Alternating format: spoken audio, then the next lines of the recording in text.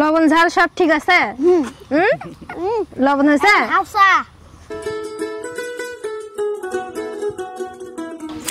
এই তো আমি আবারও এখানে হচ্ছে কেক নিয়ে বসে আছি, কারণ কেক কাটবো।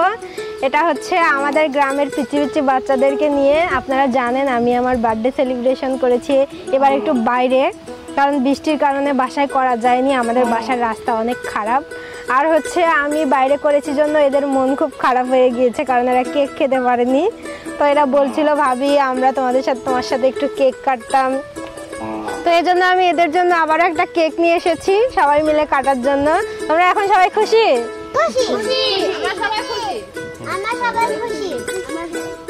আচ্ছা, happy birthday to you, happy birthday to you, happy birthday to you.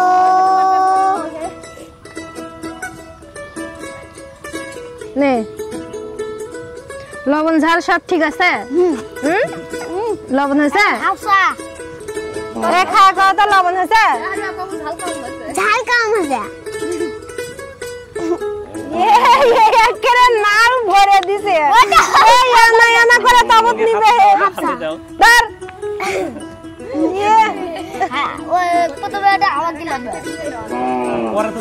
কাটে দিবি, ওরা চাচ্ছে যে সবখানি একবারে নে।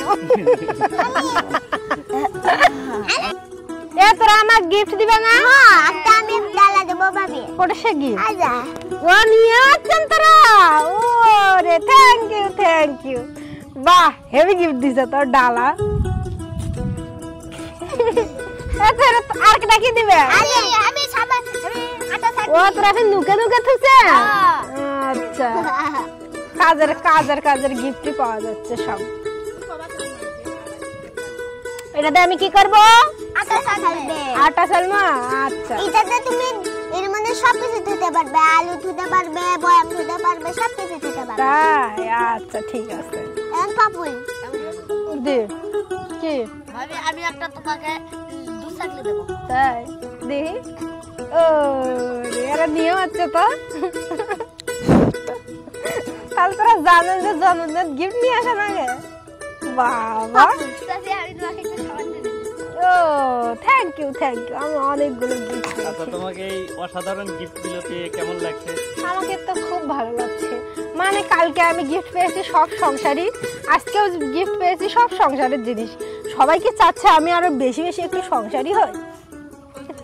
জি, থ্যাংক ইউ তোমাদের সবাইকে, থ্যাংক ইউ আমাকে এই সুন্দর গিফট দেওয়ার জন্য।